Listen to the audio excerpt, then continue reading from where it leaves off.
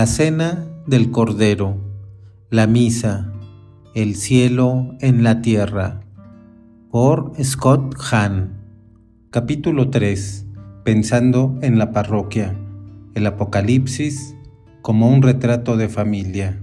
El cielo es una reunión familiar con todos los hijos de Dios, y esto se cumple también cuando el cielo está en la tierra. En la Santa Misa, volvamos al pasaje citado de la carta de los Hebreos: habéis venido al monte Sión, la Jerusalén celestial, y a la asamblea de los primogénitos que están inscritos en el cielo. El cielo toca tierra en la misa e incluye a la familia de Dios mismo. En el Apocalipsis, San Juan tan solo intensifica la imagen, describe nuestra comunión con Cristo en términos de la mayor intimidad cuando la compara con la cena de bodas del Cordero. Historia de la familia. Pero antes de que podamos comprender este vínculo de familia, muchos de nosotros tendremos que dejar de lado la moderna noción de la familia que tenemos en Occidente. Vivimos en una época en que las familias tienen una gran movilidad. Poca gente morirá en la ciudad en que nació. Vivimos en una época en que las familias son pequeñas. Pocos niños de hoy tienen la experiencia de tíos y tías y de innumerables primos, como la tuvieron las generaciones anteriores. Cuando hoy en día se habla de familia, normalmente nos referimos a la familia nuclear, mamá, papá y un niño o dos. Para poder apreciar la visión de San Juan, tenemos que vislumbrar un mundo muy diferente, en el cual la familia amplia y extensa definía el mundo de un individuo dado. La familia, la tribu, el clan era la identidad primaria de un hombre o una mujer y dictaba dónde debían vivir, cómo debían trabajar y con quién tendrían que casarse. Con frecuencia, la gente llevaba un signo visible de su identidad familiar. ¿Cómo podía ser un sello o una marca distintiva en el cuerpo?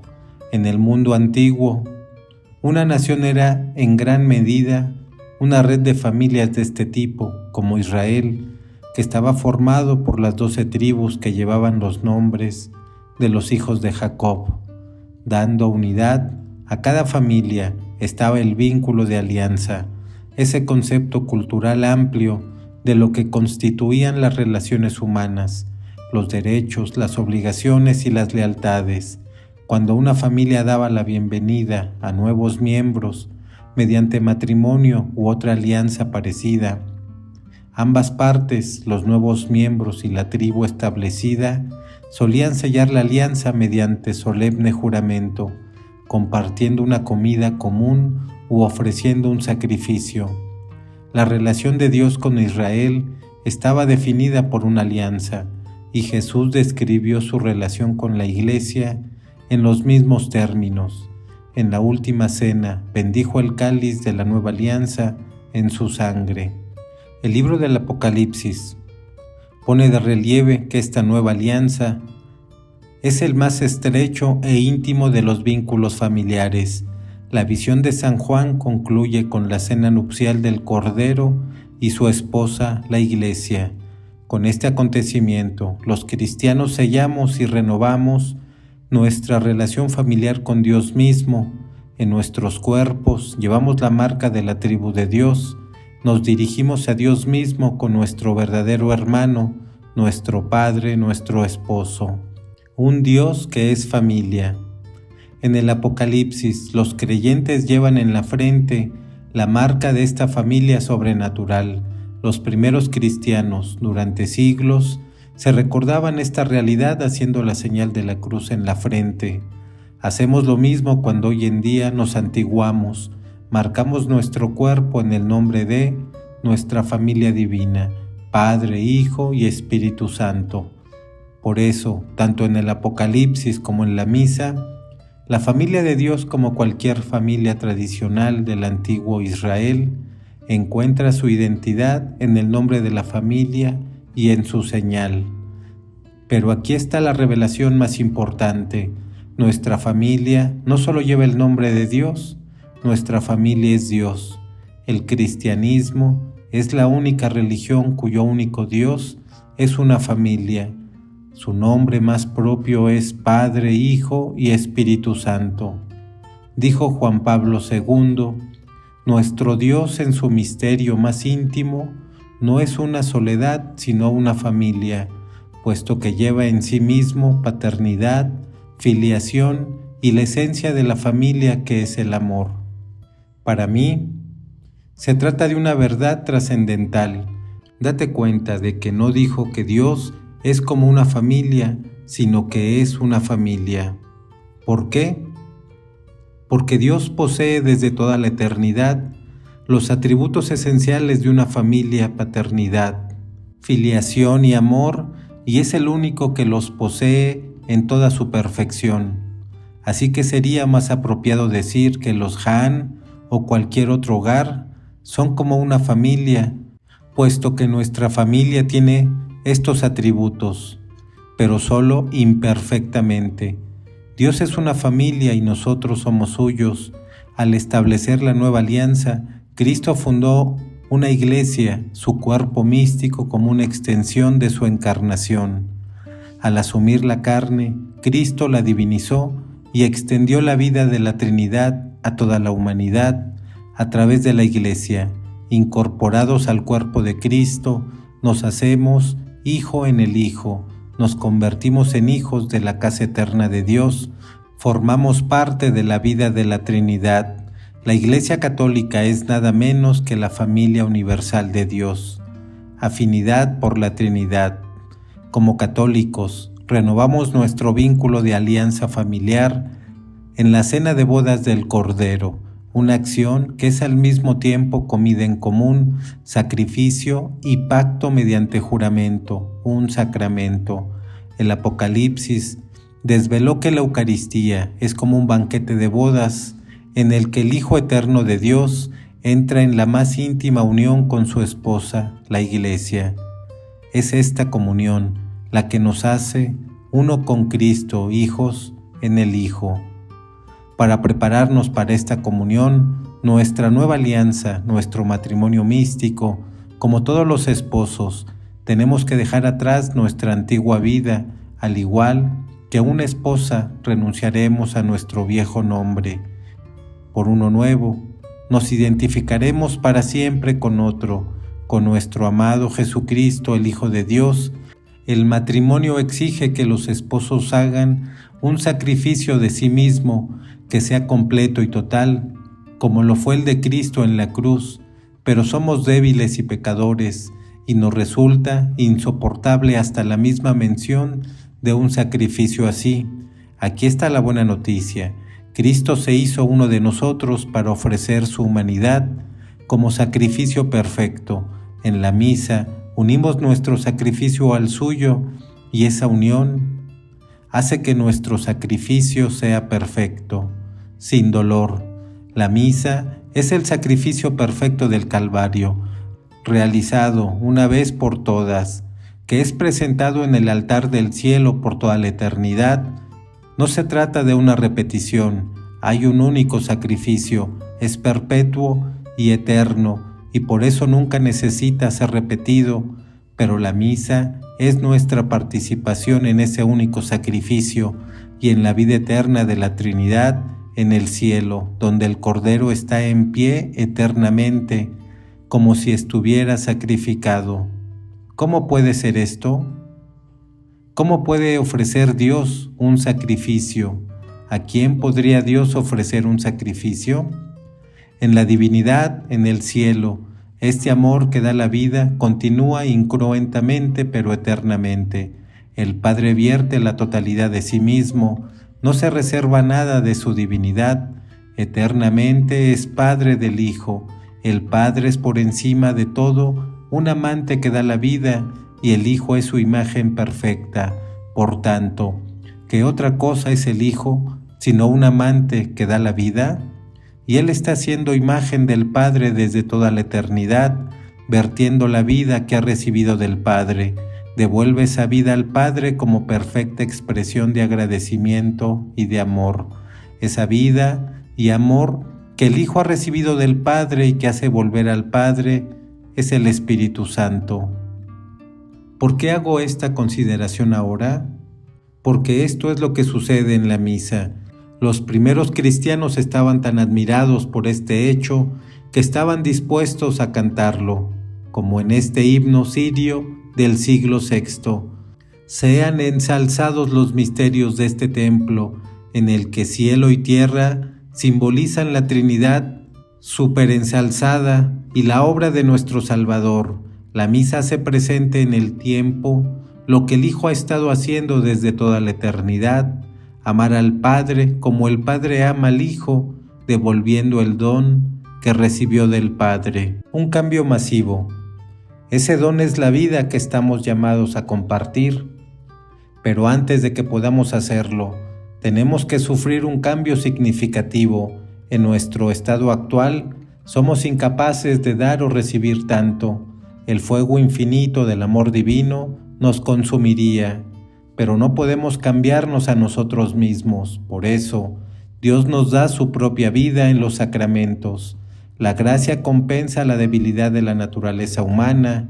Con su ayuda, somos capaces de hacer lo que no podríamos hacer por nosotros mismos, a saber, amar perfectamente y sacrificarnos totalmente. Lo que Dios Hijo ha estado haciendo desde toda la eternidad, empieza a hacerlo ahora en la humanidad. Él no cambia de ninguna manera, pues Dios en sí mismo es inmutable, eterno, sin principio ni fin. Lo que cambia no es Dios, sino la humanidad. Dios asumió nuestra humanidad para que cada gesto, cada pensamiento que tuvo desde el momento en que fue concebido hasta el momento en que murió en la cruz, todo lo que Él hizo sobre la tierra fuera una acción del Hijo que ama al Padre. Lo que Él es desde toda la eternidad, lo ha manifestado en su humanidad. Por eso, el amor perfecto se da ahora en el tiempo, porque Dios ha asumido nuestra naturaleza humana y la ha usado para expresar el amor del Hijo que da la vida por el Padre a través de su vida y de su muerte.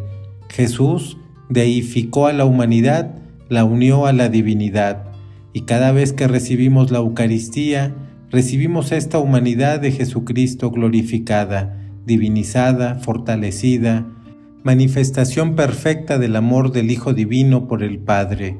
Solo con esta masiva infusión de la gracia podemos someternos al cambio requerido antes de entrar en la vida de la Trinidad. La Eucaristía nos transforma. Ahora somos capaces de llevar a cabo las mismas cosas que hemos hecho antes, pero haciéndolas divinas en Cristo, haciendo de cada gesto, pensamiento y sentimiento nuestro una expresión de amor al Padre, una acción del Hijo en nosotros. ¿Problemas tribales? Emparentar con cualquier familia implica grandes cambios. Emparentar con la familia de Dios significa una completa transformación. ¿Cuál es la diferencia? Toda la diferencia del mundo y algo más. Con este cambio, en palabras del padre sirio del siglo IV, Afrates, el hombre se convierte en templo de Dios, como Dios es templo del hombre. Adoramos, como dice el Apocalipsis, en el Espíritu, habitamos en la Trinidad, vivimos también ahora en la casa de Dios, la Iglesia, que está construida sobre roca. Ahora somos llamados por su nombre, ahora participamos de la mesa del Señor, ahora compartimos su cuerpo y su sangre, ahora su madre es nuestra madre. Podemos entender ahora por qué llamamos a los sacerdotes Padre y al Papa nuestro Santo Padre, porque son otros Cristos y Cristo es la imagen perfecta del Padre. Ahora podemos entender por qué llamamos a las religiosas hermanas y madre, porque para nosotros son imágenes de la Virgen María y de nuestra Madre la Iglesia. Con más claridad que nunca, podemos comprender ahora por qué los santos del cielo se preocupan tanto de nuestro bienestar. Somos su familia, no debemos olvidarnos nunca de los cristianos. que ha habido antes que nosotros. En nuestra oración y en nuestro estudio tenemos que llegar a conocer su compañía y su ayuda. A través del ejemplo de los santos, hemos de aprender a preocuparnos con la misma intensidad de aquellos que están a nuestro lado en la misa cada semana, porque son nuestra familia en Cristo y nuestra común santidad comienza ahora. Piensa en ello, si todos nosotros perseveramos juntos, tú y yo compartiremos un hogar por siempre con Cristo, con los parroquianos que están a nuestro lado hoy en los actos de culto. ¿Esto te hace sentir incómodo? Tal vez te hayas acordado de repente de los parroquianos que más te ponen los nervios de punta. Sé que a mí me sucedió. ¿Podría el cielo ser realmente el cielo si todos nuestros vecinos están allí? ¿Podría el cielo ser el paraíso si el Padre fulano está también allí? Ese es el único tipo de cielo en el que deberías pensar. Recuerda que somos una familia a la antigua usanza, un clan, una tribu. Estamos todos juntos, no quiere decir que sintamos siempre afecto por la gente que vemos en misa. Quiere decir que tenemos que amarlos, comprender sus debilidades y servirlos, porque también ellos han sido identificados con Cristo. No podemos amarle si no los amamos a ellos. Amar a la gente difícil nos pulirá. Quizás solo en el cielo nuestro amor se habrá perfeccionado tanto que realmente nos llegue a gustar esta gente también. San Agustín habla de un hombre que en la tierra tenía problemas crónicos de gases. En el cielo, su flatulencia se convirtió en una música perfecta. Entiéndelo bien. La comunión de los santos no es simplemente una doctrina, es una realidad vivida, percibida únicamente cuando vivimos una constante vida de fe. Pero eso es más real que el suelo que pisamos. Es una realidad permanente, aunque su permanencia no se manifieste continuamente en nuestra parroquia. Necesitamos justamente ahora abrir nuestros ojos de fe. El cielo está aquí, lo hemos visto sin velo.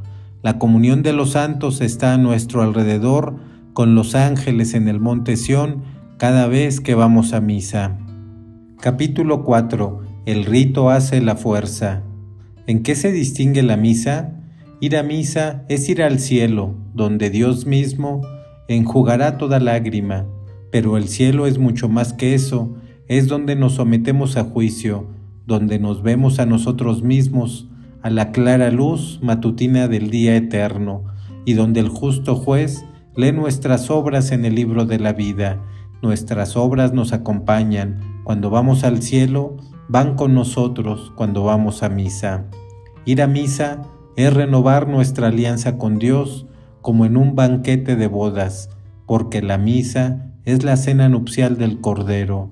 Como en una boda, hacemos unas promesas, nos comprometemos a nosotros mismos, asumimos una nueva identidad, somos cambiados para siempre.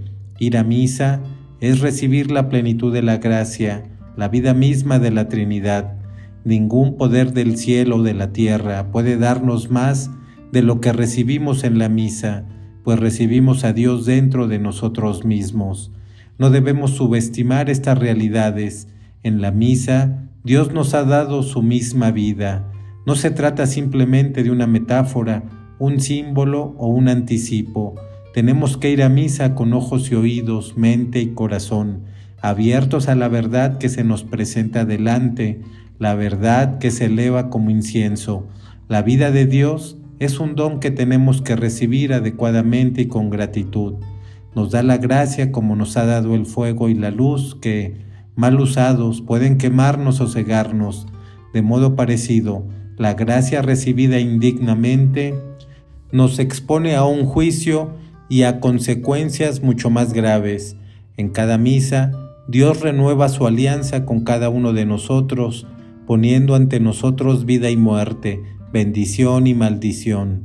Tenemos que elegir para nosotros la bendición y rechazar la maldición, y tenemos que hacerlo desde el mismo comienzo. Da el golpe. Desde el momento en que te encaminas a la iglesia, te sitúas bajo juramento. Al meter los dedos en agua bendita, renuevas la alianza que comenzó con tu bautismo.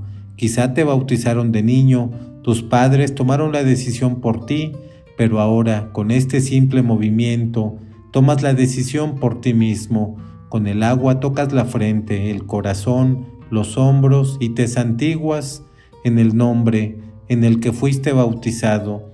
Este gesto envuelve tu aceptación del credo que tus padres aceptaron en tu nombre cuando te bautizaron. Unido a este gesto está tu rechazo de Satanás y de todas sus pompas y de todas sus obras. Haciendo esto, testificas, das testimonio como si estuvieras en un tribunal.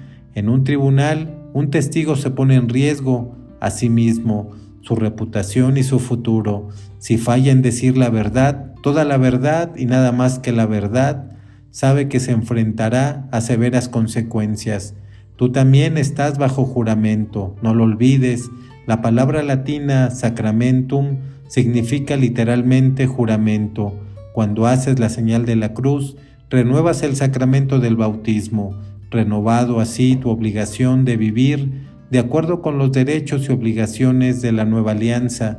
Amarás a Dios con todo tu corazón, con toda tu mente, con toda tu alma y con todas tus fuerzas. Amarás al prójimo como a ti mismo. Te has comprometido especialmente a decir la verdad durante esta misa, porque esta es la sala de justicia del cielo. Aquí Dios abrirá el libro de la vida. Aquí ocuparás el estrado de los testigos.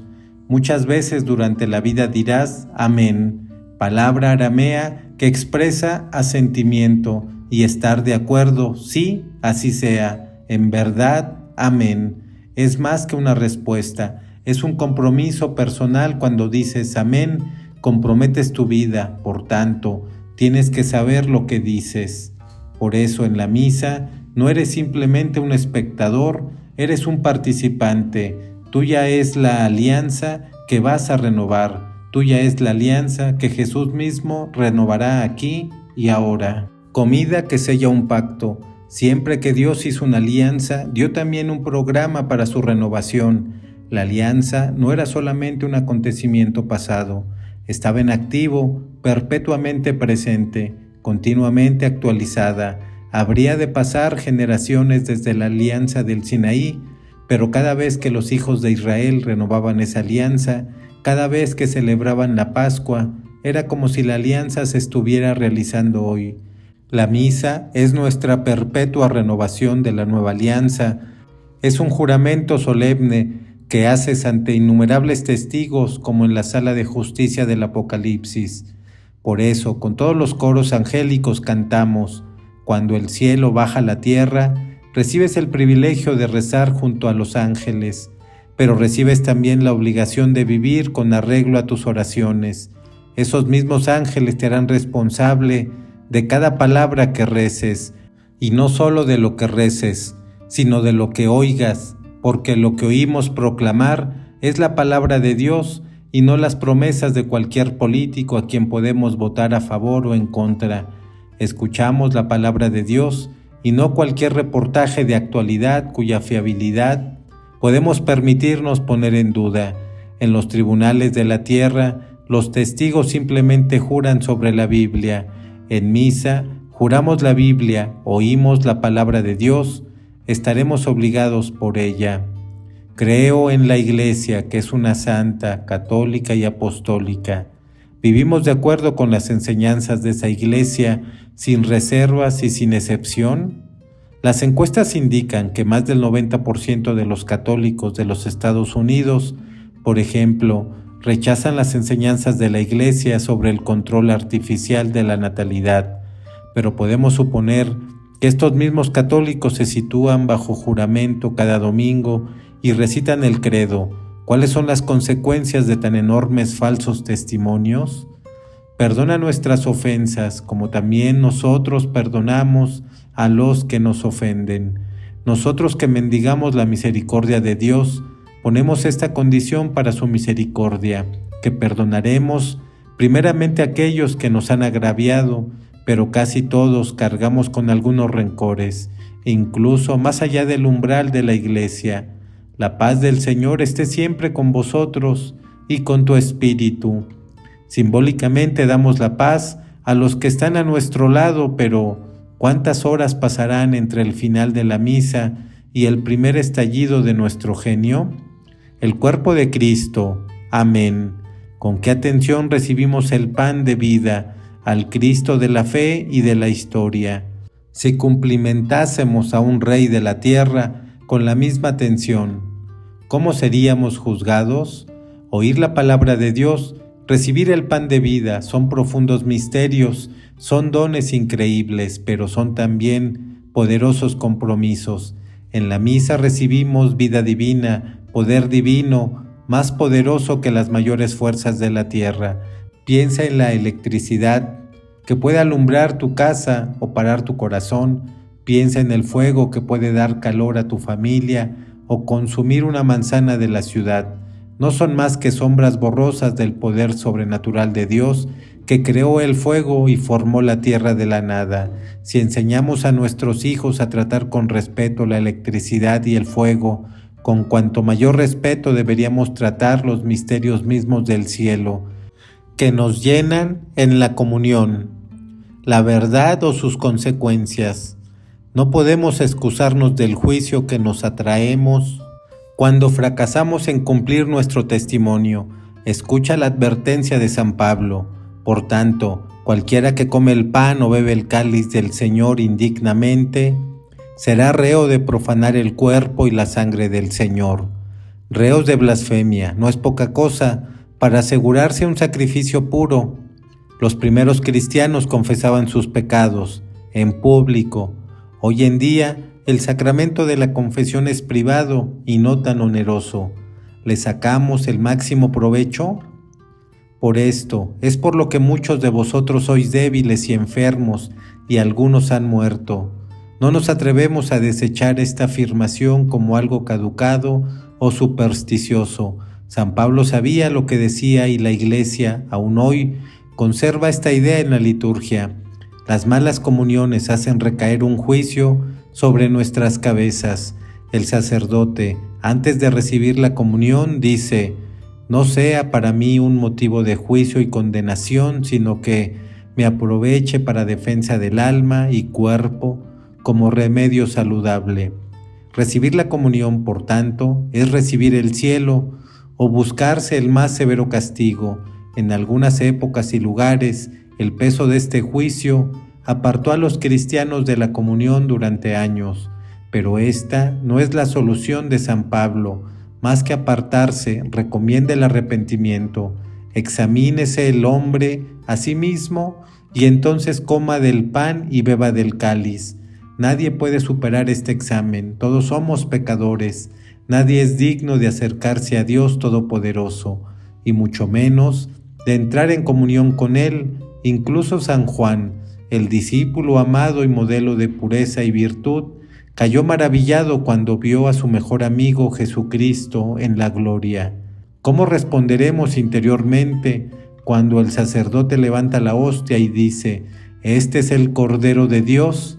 No lo dudes, tenemos que empeñarnos en las batallas espirituales que nos conseguirán recogimiento, atención y contrición durante la misa. Amor verdadero siempre. Queremos la bendición de la alianza y no la maldición. Cuanto más preparados estemos para la misa, más gracia sacaremos de ella. Y recuerda, la gracia disponible en la misa es infinita, es toda la gracia del cielo. El único límite es nuestra capacidad para recibirla. Esta bendición es puro poder, aunque no como el mundo entiende el poder. La gracia significa libertad, pero no como el mundo entiende la libertad. La unión con Cristo hizo a Simón Pedro más fuerte que el emperador romano Nerón, aun cuando Nerón decretase la muerte de Pedro. Pedro recibió el cielo, Nerón gobernó el mundo, pero fue consumido por sus perversiones, que crecieron cada vez más depravadas, llevándole al suicidio el año 68.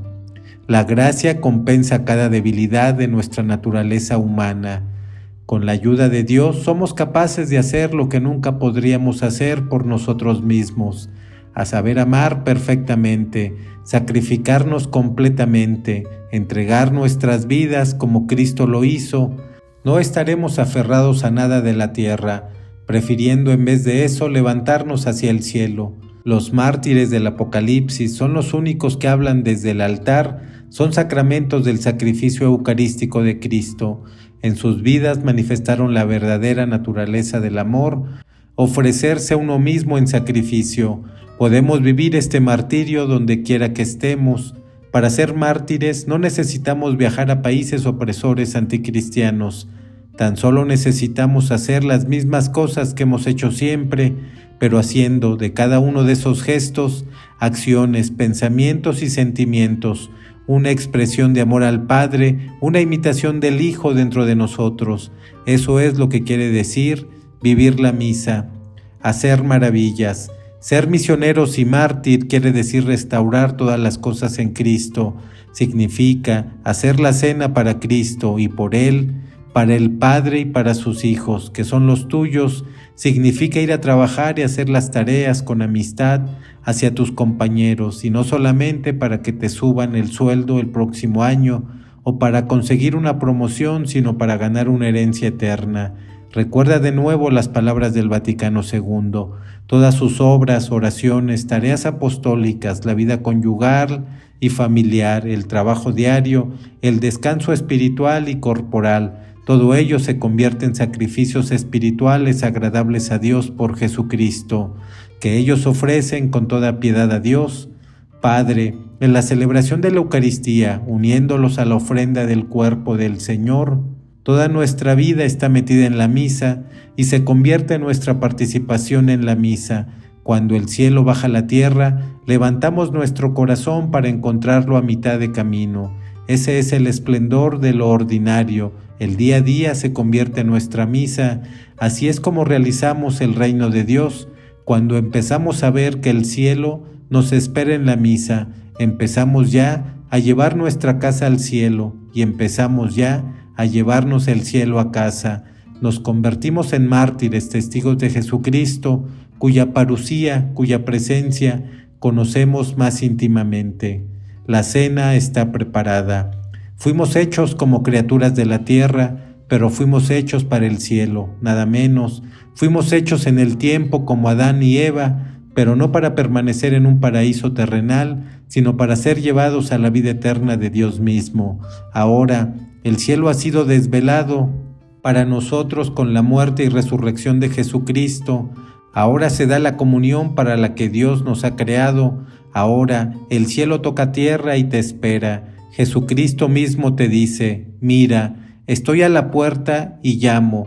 Si alguno escucha mi voz y abre la puerta, entraré a él y comeré con él y él conmigo.